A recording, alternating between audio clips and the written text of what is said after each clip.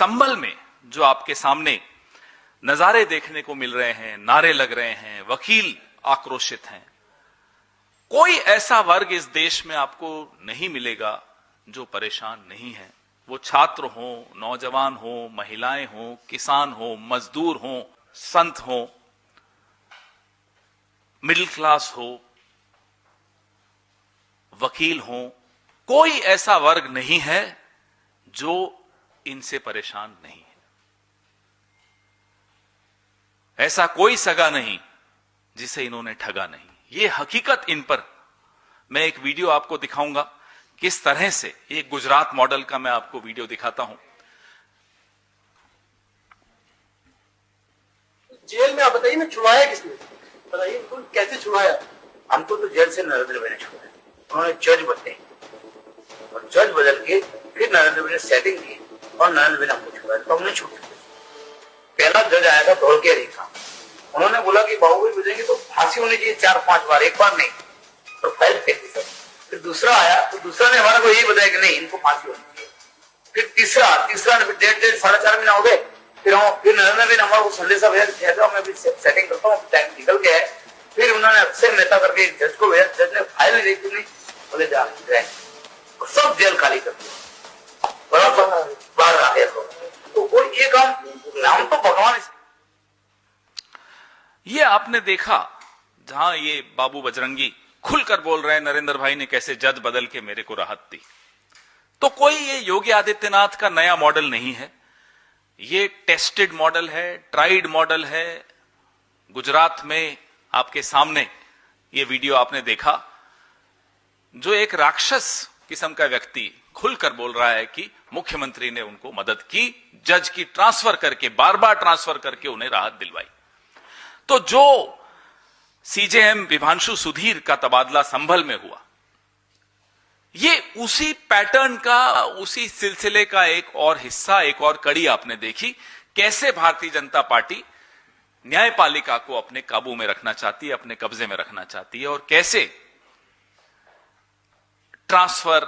मैं आगे और बताऊंगा कि भारतीय जनता पार्टी में भी अलग अलग मॉडल हैं, उस पर भी आऊंगा। तो जो चंदौसी कोर्ट में वकील नारे लगा रहे हैं, विरोध कर रहे हैं, हम उन वकीलों के साथ हैं।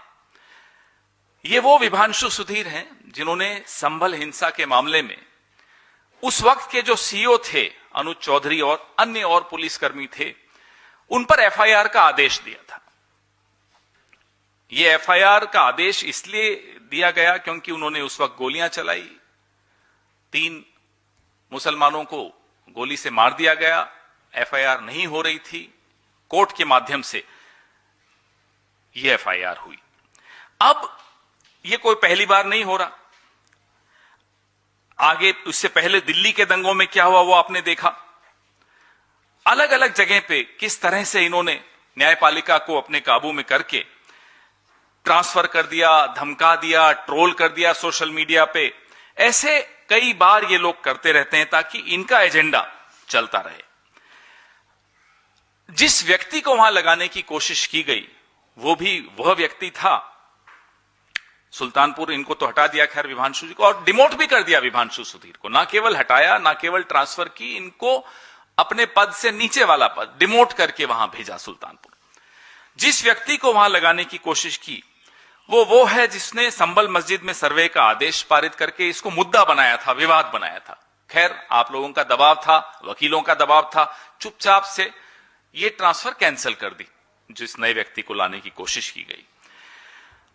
हम और आप कोई केस लड़ते हैं, जाते हैं कोर्ट में किसी के खिलाफ, वकील से संतुष्ट नहीं होते तो वकील बदल देते हैं, लेकिन बीजेपी जज बदल देती है। यह अंतर है। हम और आप वकील बदलते हैं, बीजेपी जज बदलती है। मुरलीधरन, जस्टिस मुरलीधरन का आपने एक उदाहरण मैं आपको देना चाहता हूं। जब दिल्ली के दंगों में जस्टिस मुरलीधरन ने एफआईआर के आदेश बीजेपी के लीडर्स के खिलाफ पारित किए थे, आधी रात को जस्टिस मुरलीधरन का ट्रांसफर हो गया था, आधी रात को।